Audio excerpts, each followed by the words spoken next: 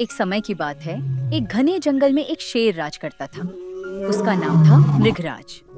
मृगराज बहुत बलशाली और बुद्धिमान था, लेकिन उम्र के साथ साथ वह कमजोर होने लगा। अब वह शिकार करने के लिए जंगल में इधर उधर भटकता रहता, लेकिन अक्सर खाली पेट ही लौट आता। उसके मंत्री, एक चालाक लोमड़ी और एक मूर्ख सियार, हमेशा उसके साथ रहते थे। लोमड़ी बहुत चतुर थी, लेकिन सियार बेवकूफ और आलसी था। एक दिन मृगराज ने अपने मंत्रियों को बुलाया और कहा, मैं अब बूढ़ा हो गया हूँ। शिकार करने की मेरी ताकत जवाब दे रही है। अगर ऐसा ही चलता रहा तो हम सब भूखे मर जाएंगे। तुम लोगों को कोई उपाय सोचना होगा। लोमड़ी ने सोच विचार करके एक योजना बनाई।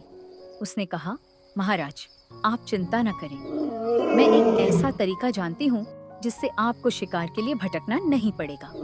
हम एक गधे को पकड़ कर लाएंगे और उसे आपके भोजन के लिए तैयार करेंगे। मृगराज ने पूछा, लेकिन गधा तो गांव में रहता है, वह जंगल में कैसे आएगा? लोमड़ी ने मुस्कुराते हुए कहा, महाराज, मैं उसे लाने का जिम्मा लेती हूँ। अगले दिन लोमड़ी गांव की ओर चल पड़ी। वहां उसे एक गधा मिला जो खेतों में घास चर रहा था। लोमड़ी ने गधे से दोस्ती कर ली और उसे जंगल की सैर का लालच दिया। गधा मूर्ख था, इसलिए वह लोमड़ी के साथ जंगल चला आया। जब वे जंगल में पहुंचे तो लोमड़ी ने गधे को मृगराज के सामने पेश किया। मृगराज ने गधे को देखकर खुशी से गर्जना की।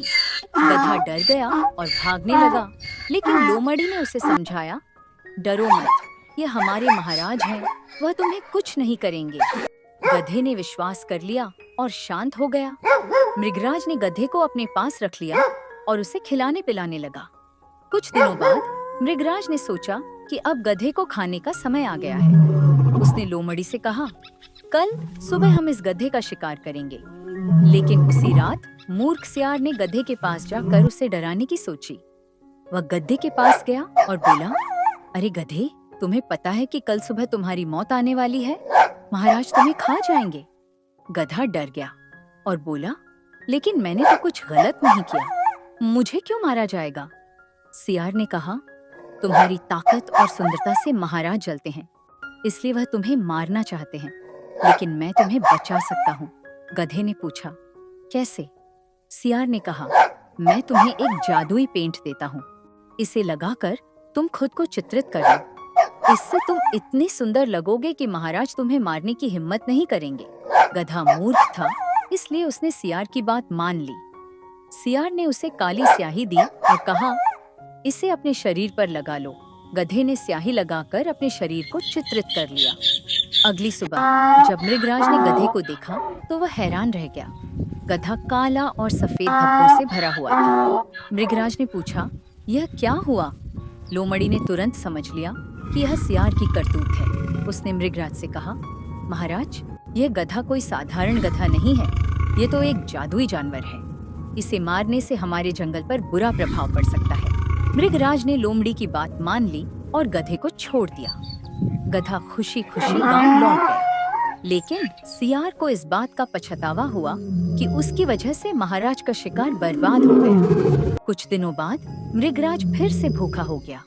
उसने सियार से कहा, तुम्हारी वजह से हमारा शिकार बच गया, अब तुम ही कोई नया शिकार ढूंढ कर लाओ। सियार डर गया और उसने लोमड़ी से मदद मांगी। लोमड़ी ने उसे समझाया, अगली बार किसी को धोखा देने से पहले सोच लेना। अब जाओ और एक नया शिकार ढूंढो। सियार ने एक खरगोश को पकड़कर लाया और मृगराज ने उसे खा लिया। इस तरह सियार ने अपनी गलती सुधार ली। कहानी की सीख, मूर्खता का परिणाम।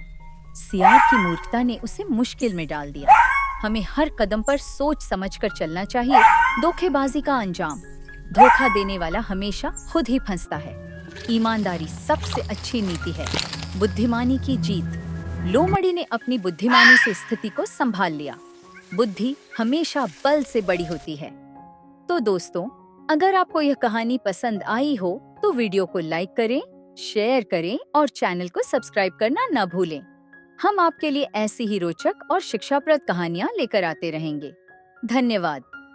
तो कैसे हैं आप लोग? अगर आपको ये कहानी अच्छी लगी तो लाइक करें, कमेंट करें और हमारी पंचतंत्र चैनल को सब्सक्राइब करना मत भूलिएगा। तो आपसे जल्दी ही मिलते हैं एक और ऐसी ही रोमांचक कहानी लेकर। तब तक सायोनारा।